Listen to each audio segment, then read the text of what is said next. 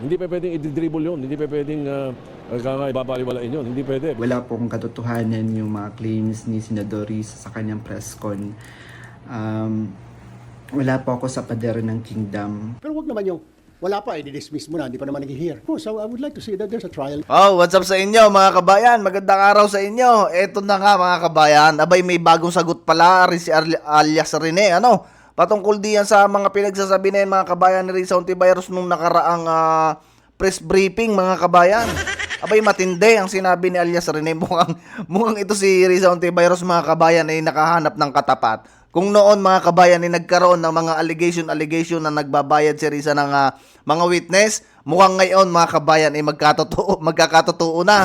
At talagang papalagan mga kabayan nito ni alias Rene. At lalo pat maraming susuporta dyan mga kabayan na lalo na't mga kaalay ni Pastor Kibuloy, no? Yung mga against mga kabayan sa ginawa nila dyan kay Pastor Kibuloy, for sure susuportahan yan mga kabayan at ipaglalaban. At marami na rin ang mga nagsasabi na dapat talagang paila ng ethics complaint yan si Risa Hontiveros mga kabayan. At pangalawa, itong mga bagong senador mga kabayan, ay gusto no at excited na masimula na agad yung impeachment trial ng ating Vice Presidente, especially si Soto mga kabayan. Hari nawang hindi yan ang maging Senate President, ano?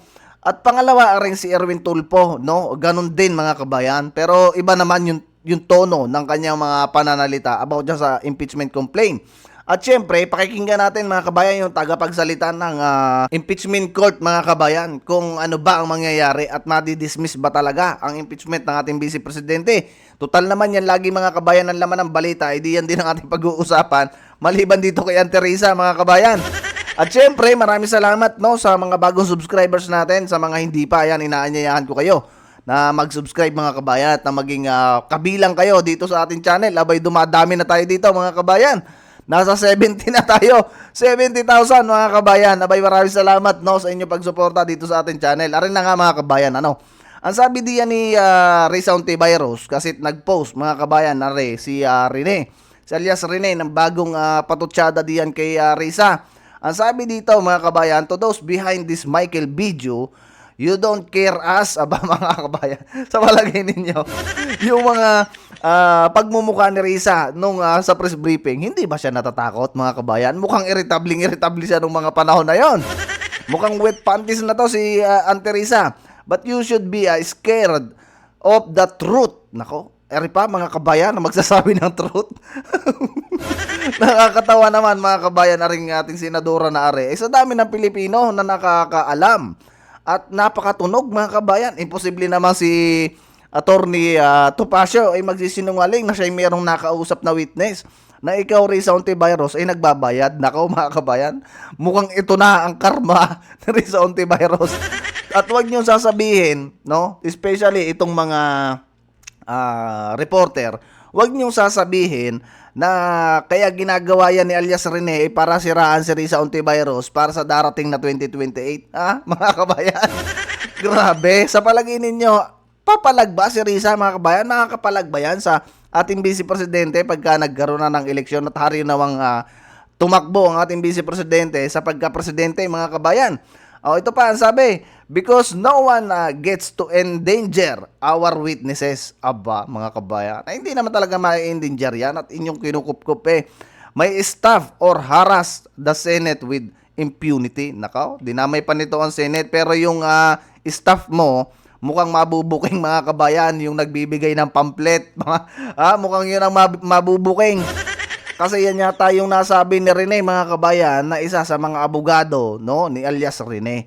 At diyan takot mga kabayan si Risa Hontiveros na mapapahamak yung kanyang tutor. Ito mga kabayan, pakinggan muna natin na si alias Rene.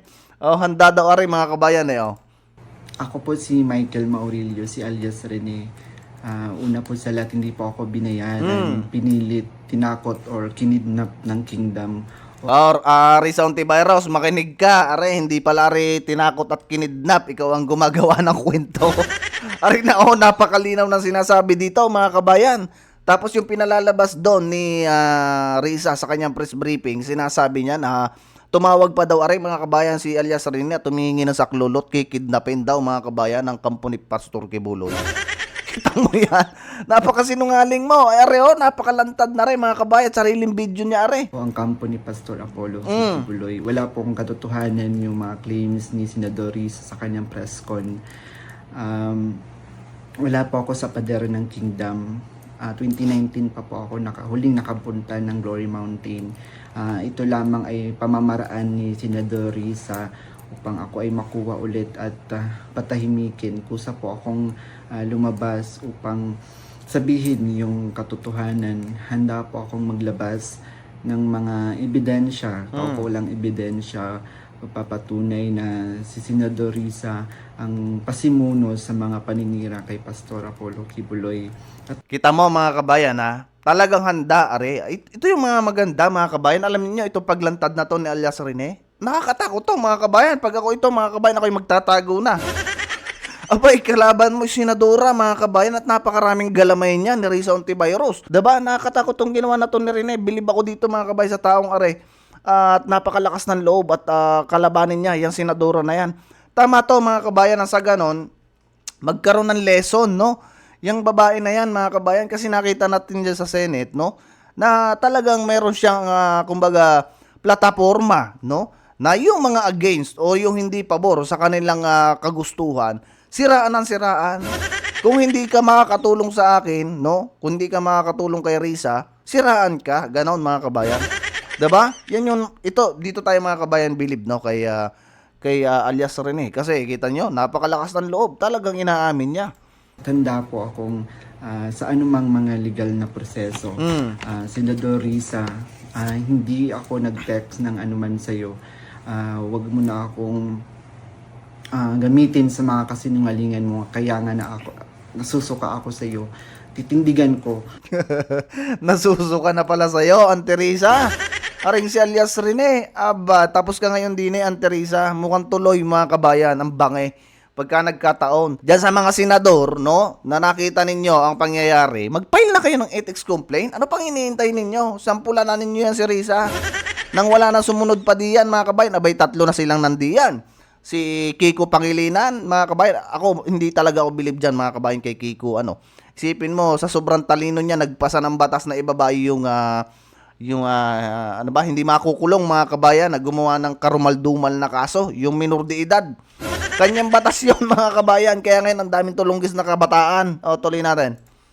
Yung mga sinabi ko sa video na ginawa ko, kusang loob ko itong ginawa para matahimik na yung konsensya ko. Uulitin ko po, hindi po ako binayaran, pinilit, kinidnap ng Kingdom o ang kampo ni Pastor Apollo Kibuloy.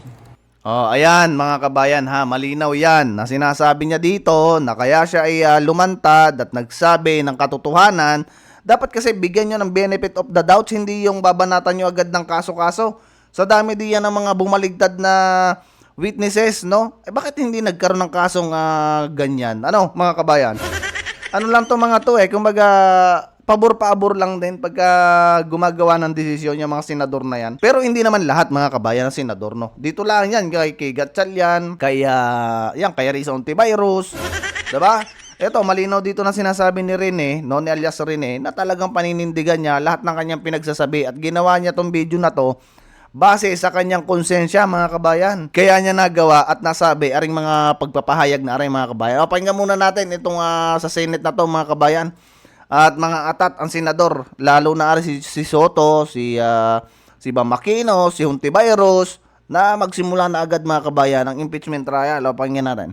Gustong marinig at makita ng ilang papasok na Senator Judge ang mga ebidensya at testimonya kaugnay sa impeachment case ni Vice President Sara Duterte. Hindi raw ito dapat ibasura ng hindi dumaraan sa paglilitis. Narito ang aking report. The impeachment trial is alive and ongoing. Yan ang iginiit ni Senator Risa Hontiveros sa kanyang press conference kahapon kasabay ng pagsisimula ng 20th Congress. Anya, dapat nang manumpa ang mga bagong Senator Judge, sina Senators Bam Aquino, Erwin Tulfo, Rodante Marcoleta, Ping Lacson, Tito Soto at Camille Villar. Bagong termino naman ito para kina Senators Bongo, Bato de la Rosa, Pia Cayetano, Lito Lapid at Ivy Marcos. The court is in session now. So at any time, pwedeng tawagin ni presiding officer yung lahat ng 12 or isa-isa kan. The Senate impeachment rules say as they arrive. So pwedeng 1 by 1 sila, 2 by 2, all 12, it doesn't matter. Gaya ni Senator Hontiveros, naniniwala rin si Senator Erwin Tulfo na importanteng gumulong ang impeachment trial. Nang sa gayon ay mapakinggan at mailatag ang mga ebidensya para makapagbaba ng hatol. Pero wag naman yung wala pa, i-dismiss mo na, hindi pa naman nag-hear. Of course, I would like to see that there's a trial. After a few days, wala naman laman, then I will say, kahit sa majority ako, I will say, teka muna guys, wait, wala naman laman ito puro hearsay ito Then why don't we just dismiss this? Para Yon mga kabayan, pabor naman tayo sa sinabi na yun ni Tulfo.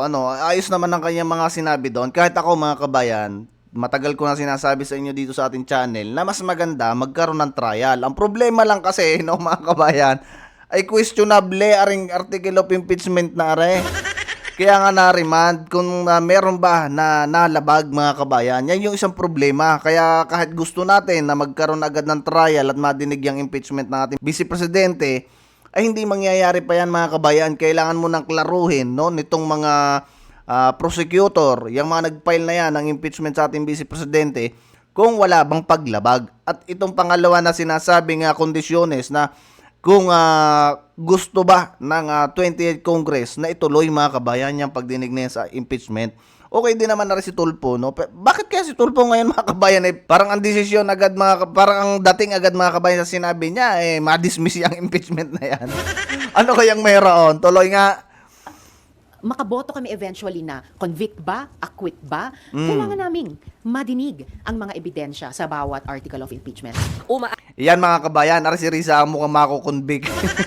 Si Risa mukha mga kabayan mako-convict di yan. Lalo pa tari si Alias Rene nagsasabi ng bigyan natin ng benefit of the doubts mga kabayan. Malay mo, sinasabi niya ni Alias Rene talaga ito totoo mga kabayan, ay di si Risa ang mako-convict. Pag nagkataon, oo. Asa rin si Senator Tito Soto na agad-agad tatalakayin ng Senado na tumatayong impeachment court ang articles of impeachment. Dapat daw mag-convene na agad ang impeachment court sa July 29, isang araw matapos magbukas ang 20th Congress. Hindi pa pwedeng i-dribble yun, hindi pa pwedeng ibabaliwalain yun, hindi pwede because it's... Ano kaya mga kabayan ang mangyayari no kung si Senator Marcoleta mga kabayan ang magiging presiding officer or magiging Senate President mga kabayan diyan sa impeachment na yan? Abay, tingin ko yung magkakaroon ng matinding debate ari si Soto. Matitingnan natin mga kabayan. Kung kaya bang tapatan ni Soto mga kabayan, si Senator Marcoleta, ay apakataba ng utak nun mga kabayan. Lalo na pagdating sa diskusyon. Diba? Makikita natin kung gaano kagaling aring ating magaling na senador na rin na si Soto. Kung talaga ba na maitutuloy ang impeachment na yan mga kabayan, gusto na rin agad patari atat na atat mga kabayan na masimulan yan. Gusto agad na magpasikat mga kabayan, kapapasok-pasok pa lang. Huwag niyong kakalimutan nga pala, ari nga pala yung nangako mga kabayan na hindi kukunin ang sweldo. Sana yun nga ang mangyari mga kabayan. Ari pala nagkakawang gawa ngayon mga kabayan sa pagkapanalo niya bilang senador. Yan yung isang magandang nasabi nito mga kabayan. Ayos din to si Soto. It's what the Constitution says. We have to follow the Constitution. Matatanda ang mismo ang Senator Judge at kaalyado ng mga Duterte na si Senator De La Rosa ang nagbalak noon na ipabasura ang impeachment complaint laban kay Vice President Sara Duterte. Kalaunay nauwi ito sa pagbabalik ng articles of impeachment sa Kamara. Tingin ng bagong miyembro ng House Prosecution na si Akbayan Party List Representative Chel Jokno, baka patibong lang ang nire-require ng Senado na magpahayag ang Kamara na gusto nitong ipagpatuloy ng mga bagong halal na kongresista sa 20th Congress ang impeachment complaint. Pag ginawa ng House yan ay sasabihin naman nila, nag-violate na kayo ng 1-year ban. Dagdag pa ni Jokno, hinog na ang impeachment case kaya dapat nang umpisahan ang paglilitis. Katunayan, naghain na nga ng answer ad cautelam ang kampo ng bise. So the fact that they have filed an answer, again, if this is in a court of justice, hindi na pwede mag-file ng motion to dismiss dahil the issues have already been tried. Ang dapat na mangyari sunod ay i-conduct na ang trial. Oras na raw para ipakita ang mga ebidensya at saka magdesisyon ang Senator Judges kung convict o acquit si VP Sara. Ayun mga kabayan, ang mga atat na magsimula na ang trial ng ating Vice Presidente. At mukha nga naman mga kabayan, alam niyo, maaari din itong sinasabi na to ni Chel Jokno na maaaring patibong din to ng impeachment court na yan or ng mga nandiyan na dumidinig sa impeachment nating Vice Presidente. Kung yan ba itutuloy pa o hindi, at kung iyan itutuloy mga kabayan, baka ipasok nga naman na pag-violation sa 1-year ban mga kabayan. Baka nga ganon mga kabayan. So anyway, pakinggan naman natin na rin tagapagsalita mga kabayan ng impeachment court na si attorney, ano ba pangalan nito? ito mga kabayan, na si Atty. Tungol, nang sa ganon malinawan tayo kung yan ba talagang impeachment na yan mga kabayan ay magtutuloy-tuloy. Tayo excited kasi mga kabayan na marinig yung pagdidiscuss nung impeachment ng ating Vice Presidente. Alam niyo mas maganda na ang Vice Presidente natin ay ma-acquit, no? Or ma-dismiss yung kaso dahil walang basihan or walang merits yung ipinapile nila na impeachment. Kumbaga, puro hearsay lang yung mga ginawa nilang ganon na pagkakaso. Yun yung gusto natin mangyari. Para na sa ganon, yung mga Pilipino malinawan, lalo na yung may mga doubt, no? Na ating Vice Presidente ay gumawa ng kabulastugan dyan sa 150 million na confidential funds. Pakinggan natin mga kabayan. Magandang umaga, Gretchen, and to all your televiewers. Kay Attorney, kayo po ang nagsabi na this will be first on the agenda, yung answer ad cautelam ng Vice Presidente. How is that conversation going to be? Magtatagal po ba yan? Because these are constitutional issues brought forth by the defense panel. The answer ad cautelam raises jurisdictional issues wherein it is consistent with the a petition for certiorari filed by the Vice President Duterte. So I think the impeachment court would need to hurdle that issue first before the presentation of evidence. Because usually po sa mga trial courts, kapag nagpresenta ng mga ganyang question, ay inuuna po yan. Dahil na rin po kung nag-order po ang isang korte at hindi po yun ay valido at wala pong jurisdiction ng isang korte, then lahat po ng action ng korte na yun ay may invalidate. So ito po ay importanteng topic na kailangan pagdesisyon na ng impeachment court. Okay, kayo Ayun mga kabayan, ang malinaw, no? Kaya itong mga sinasabi na to ni Soto ng mga atat na yan sa impeachment mga kabayan, dapat, no? Yun muna yung linawin, no? Yung auditelam na yan mga kabayan na dapat tingnan nyo muna kung kayo may jurisdiction. Yan naman mga kabayan ay kumbaga legal matters din, no? Na dapat aksyonan agad nitong mga prosecutor na sumagot kayo doon sa ginawa ng impeachment court na pag-remanded dyan sa impeachment. Dapat sagutin ninyo kung talaga bang wala kayong nalabag sa pagpapile ng impeachment na yan mga kabayan. At kung mayroong jurisdiction ba yung impeachment court na yan para dinggin ang impeachment complaint ng ating Vice Presidente. Yan yung malinaw na sinasabi dito ng tagapagsalita ng impeachment court na si Atty. Tungol. Yan yung dapat munang unahin. Soto, wag yung kayo atat na atat diyan na simulan agad yung trial at magpresenta ng evidence. Bakit kaya itong mga kabayan ay gustong-gusto agad na mag-present ng evidence? Ano kaya yung evidence mga kabayan ay pakikita nila? Yung mga ginawa nilang investigasyon siguro doon sa pagdinig-dinig nila diyan sa kamera, no? Na pinangunahan yung desisyon ng COA. Yung COA reports mga kabayan hindi pa lumalabas, sila meron ng resulta. Yun, baka yung mga kabayan at siguro yung sino ba yun? Alinda ba yun mga kabayan? Ano bang pangalan ng babae na ipinatawag nila dong sabi naka-receive daw ng mga sobre-sobre? Baka yun mga kabayan, witness din siguro nila yun. Sino po nagsabi no, na kung kayo si Vice Presidente at yung defense panel niya, mag-file kayo ng motion to dismiss. At nabanggit nyo rin ho na ito kasi yung usual na ginagawa no, na pathway. Can you give us more detail into that? I mean, why did you think that this was the best path for the Vice President? Well, I am talking in a hypothetical scenario, and as a 19-year litigation lawyer, I haven't stopped attending court cases and criminal cases at that. Usually, any lawyer worth his salt would have exhausted all the remedies available to him and his client to represent his client fully.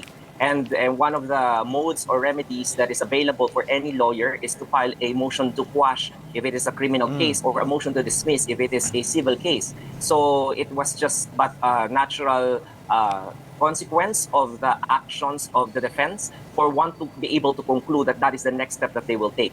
So hindi po yun pag-aabogado sa isang panig, ngunit pag-explain lamang po sa ating sambayanan na ito po yung nangyayaring mga taktika pagdating po sa trial. At kapag sinabi po na nag-ad cautelam ka, ang susunod na po dyan na gagawin ng isang defense lawyer ay magpa-file either ng answer ad cautelam katulad ng nakita natin o kaya naman po motion to dismiss. So ang motion to dismiss po usually yung mga grounds na yon ay ipinasok na doon sa answer ad cautelam. Kaya po ad cautelam. Oo. Ayan mga kabayan, alam niyo ito yung mga kumbaga masasabi nating abogado na walang pagkabiases kasi yung procedure, no? Kasi may mga nagsasabi na bakit kung gusto ng bloodbath ng ating vice presidente ay bakit magpa-file ng dismissal o yung ad cotalam na yan mga kabayan. Alam ninyo, katulad ng nasabi nito, talagang yan mga kabayan ng procedure. Alam nga naman mga kabayan, sabihin ng mga abogado ng ating vice presidente doon hindi pa nagtatrial mga kabayan ni guilty doon sa mga akusasyon. Alam nga ganon. Abay tulunggos din mga kabayan na rin mga nagpapahayag na rin yung mga bumabati ko sa ating vice presidente. Bakit ang sinasabi nila kung talagang gusto ng bloodbath at kung talagang walang itinatago, bakit kayo magpapail ng ad cotalam mga kabayan? Yan yung mga argumento ng mga magagaling na luminaries, mga against sa ating vice presidente. Ayun ay procedure, ayon dito mga kabayan kay Atty. Tungol. At napakalayo mga kabayan nito ni Atty. Tungol, no? Diyan kay Auntie Claire. Kita ninyo yung pagsasalita niya, the way siya mag-speak, partida pa yan mga kabayan, lalaki, no? Hindi katulad din nung nasa Congress mga kabayan na tagapagsalita ng prosecutor, nakakala mo napakaangas mga kabayan. Ibang-iba, ganito mga kabayan yung kumbaga talagang may pinag-aralan, mga kabayan, may decency sa pagsasalita. Makikita mo na yung kanyang mga sinasabi ay about sa kanyang nalalaman mga kabayan at base sa mga tunay na nangyayari. But anyway mga kabayan, yan yung malinaw na dapat bago kayo magsimula ng pagtatrial, alamin nyo muna kung meron na jurisdiction ang inyong korte or wala, hindi yung urada gusto nyo mag-trial. Kahit ako mga kabayan, gusto ko na magkaroon ng trial at ng mapahiyaring mga prosecutor na rin kung paano nila minikos-mekos yung impeachment na yan mga kabayan. So anyway, hanggang dito na lang muna mga kabayan ng ating video. Maraming salamat mga kabayan sa mga bagong subscribers natin at sa mga dati na dito sa ating channel. Sa mga nagko-comment at nagla-like, maraming salamat mga kabayan. Ingat kayo palagi at see you sa susunod na video. Adios muna mga kabayan.